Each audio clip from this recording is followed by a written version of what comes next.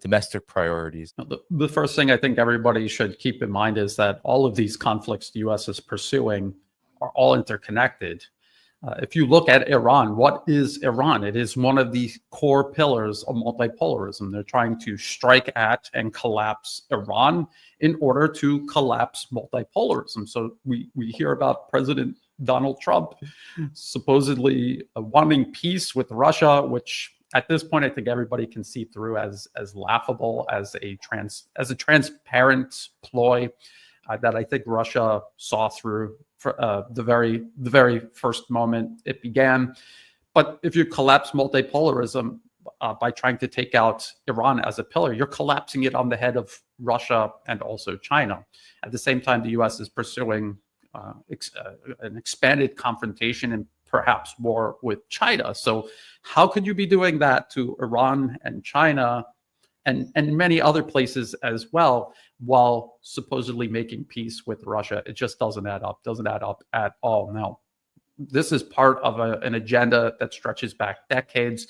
The US, and before the US, the British Empire, were obsessed with controlling Iran. This goes way back. The US and the British Empire at one point did control Iran, and then the Iranian people rose up. They ousted the client regime, and they've been trying to defend that hard-fought sovereignty ever since. And so there's a lot of overlapping but related factors taking place right now. So the thing that I'm worried about, because I just heard Iranian leadership say that it's unlikely the U.S. will strike. I think if you look at what has been going on in the Middle East and around the globe, the U.S. is becoming increasingly desperate and obviously more dangerous. I mean, demonstrably more dangerous. You can see it. You can see it in their policies. The whole U.S. war on Russia via Ukrainian proxies is extremely dangerous and is continuing uninterrupted since President Trump took office.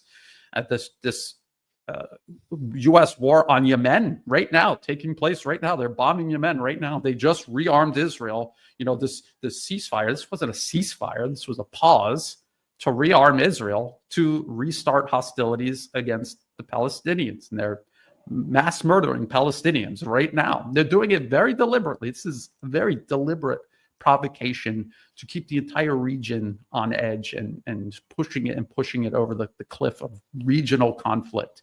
And so all of this demonstrates dangerous desperation.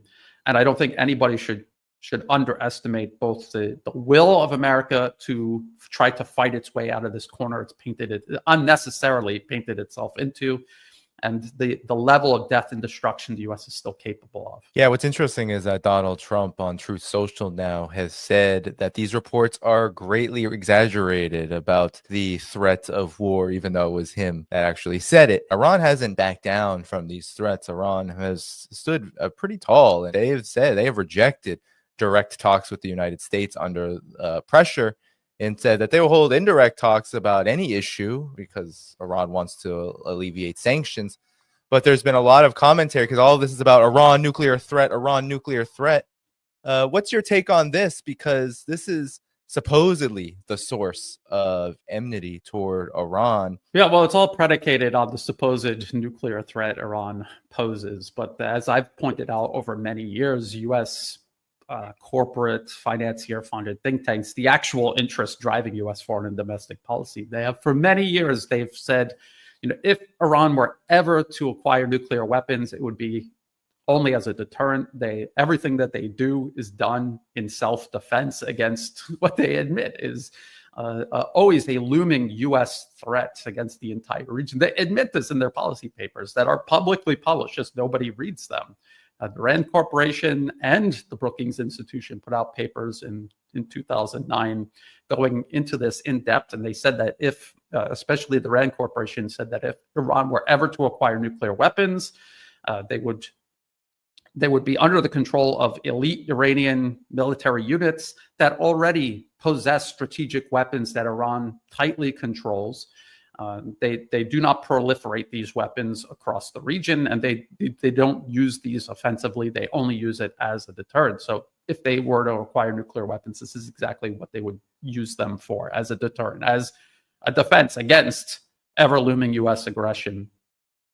Now, I hear people who are still trying to support the Trump administration make an oblique rationalization for what the Trump administration is doing, claiming that Iran's signed the non-proliferation treaty, and so this is a violation of it. And you have to understand the whole point of nuclear non-proliferation treaties is to not just eliminate nuclear weapons, but you have to eliminate the threat that drives a nation to acquire nuclear weapons. And all the United States has done is not only resist the disarmament and reducing its own nuclear threat to the world, but it has a decade-spanning policy of military aggression all around the world. If you look at China and North Korea, their nuclear weapon program wasn't out of a desire to have nuclear weapons to enhance their ability to project power worldwide. It was in direct response to the threat, the real threat the U.S. posed. You have to remember, the U.S. is the only nation on planet Earth in human history to use nuclear weapons twice against Japan. And if you actually look at the circumstances they were used under, irrationally and unwarranted, there was no reason to use them except the U.S. wanted to demonstrate power and give Japan its their perceived comeuppance for daring to challenge U.S. hegemony in Asia Pacific. But that wasn't the only issue. If you look at American history following World War II, there were many instances where and it's now admitted, and you can see this in U.S. government historical documents, where they were considering using them during the Korean War, during the Vietnam War. They even considered using nuclear weapons in Afghanistan. I don't know if people remember that, but there was actually a moment where they decided they might use. So they didn't just use nuclear weapons. They're only nation to use nuclear weapons.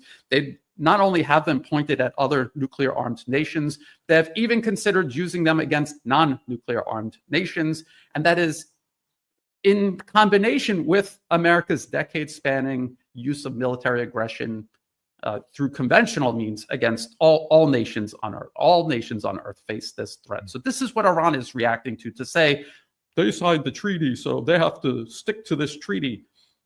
It's like to make it real simple for people, it's like everyone signed a treaty to give up their handguns in a room full of people, and the U.S.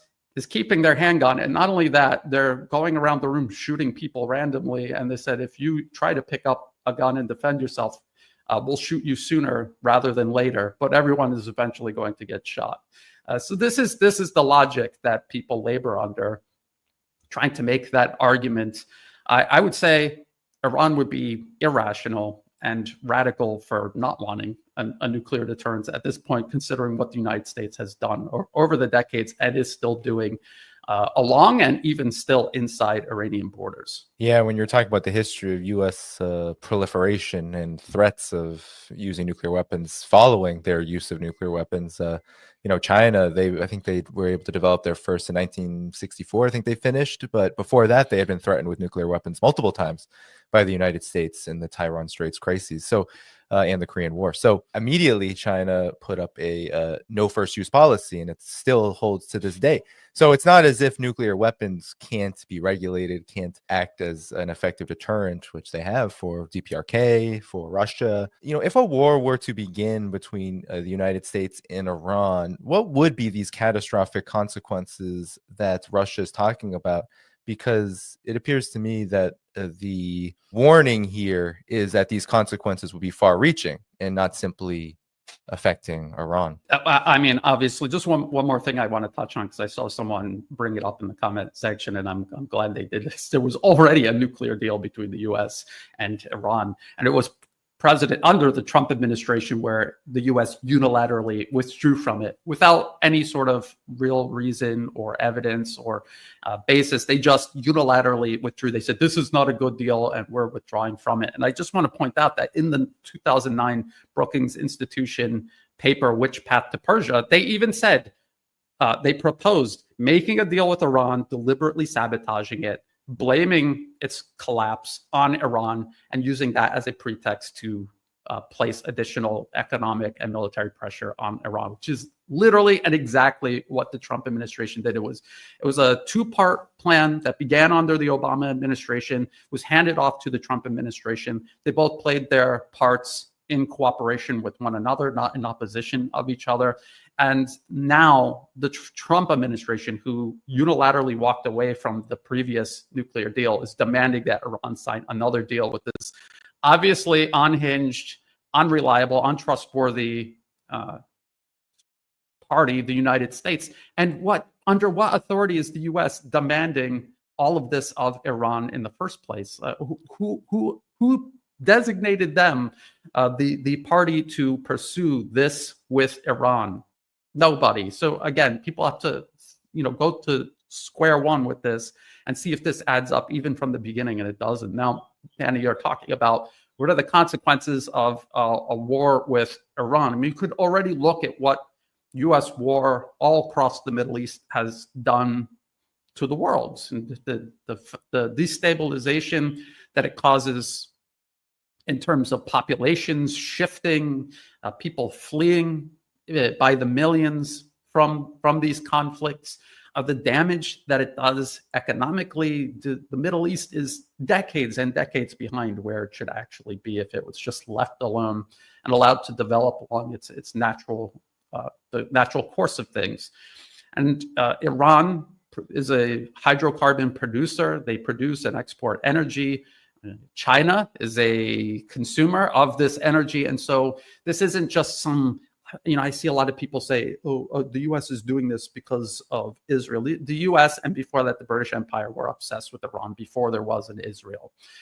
So this is about many things. It's about we cannot tolerate an independent nation with an independent foreign policy in a region we want primacy over. This is also about confining, isolating, cutting off China from hydrocarbons and confining it geopolitically within its borders before moving in on China itself. Iran is a close ally of Russia as well. So this is, again, like I said in the beginning, these are all interconnected conflicts. Attacking Iran is also part of undermining both Russia and China. So these are the consequences for Russia and China directly, but also for the global economy. Everybody's going to be affected.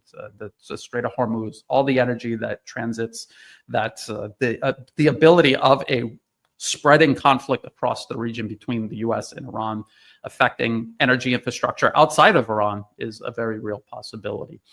So it could spiral out of control. Everybody knows that Israel supposedly has nuclear weapons. They're an irrational actor in the region. They are. If Ukraine were to survive 30, 40, 50 years and enjoy lots of success and support from the U.S., that's what Ukraine would look like. And look at the damage Ukraine is already causing. This is what Israel's already doing. Plus, they have nuclear weapons. So tremendous danger. I don't think catastrophic. Using the word catastrophic is hyperbole at all. Unlike perhaps the 2003 invasion of Iraq, 2001 war in Afghanistan, Iran has capabilities, the capabilities to defend itself to the extent that we get to this point of, well, Israel has 100+ nuclear weapons.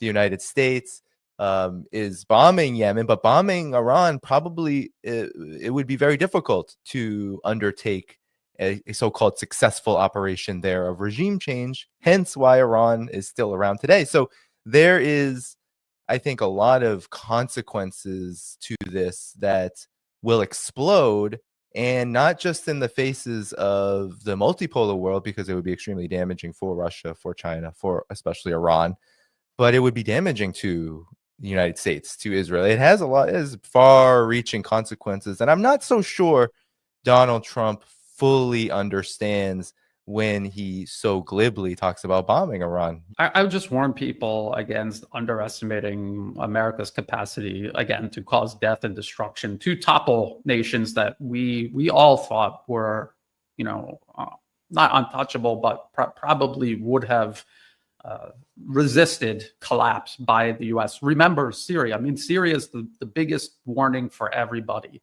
This was a country that we saw the US array all of its abilities and assets against in an attempt to topple the government there. Starting in 2011, alongside other nations, the US already toppled. Libya is a good example. And not only did Syria prevail initially, Russia and Iran, they came to Syria's aid. They were in Syria. The Russian military was in Syria, or Iran was in Syria. And so in a lot of people's minds, and I'm not going to deny, in my mind also, I believe that Syria's position was relatively stable. And I underestimated America's ability to persist and eventually succeed in regime change there. They did. And the way they did it was by overextending Russia and Iran elsewhere, limiting their ability to deal with this knockout blow that they delivered finally in December of last year. And so if Russia and Iran are overstretched to the point where they could not keep the Syrian government in power, if they were unable to stop this knockout blow, it kind of makes you wonder where else they might be overextended, to what extent they're overextended, and what the U.S. might be able to do to complicate things further for Russia and Iran elsewhere, outside of their borders, but also within their borders. So we have to be very careful about that.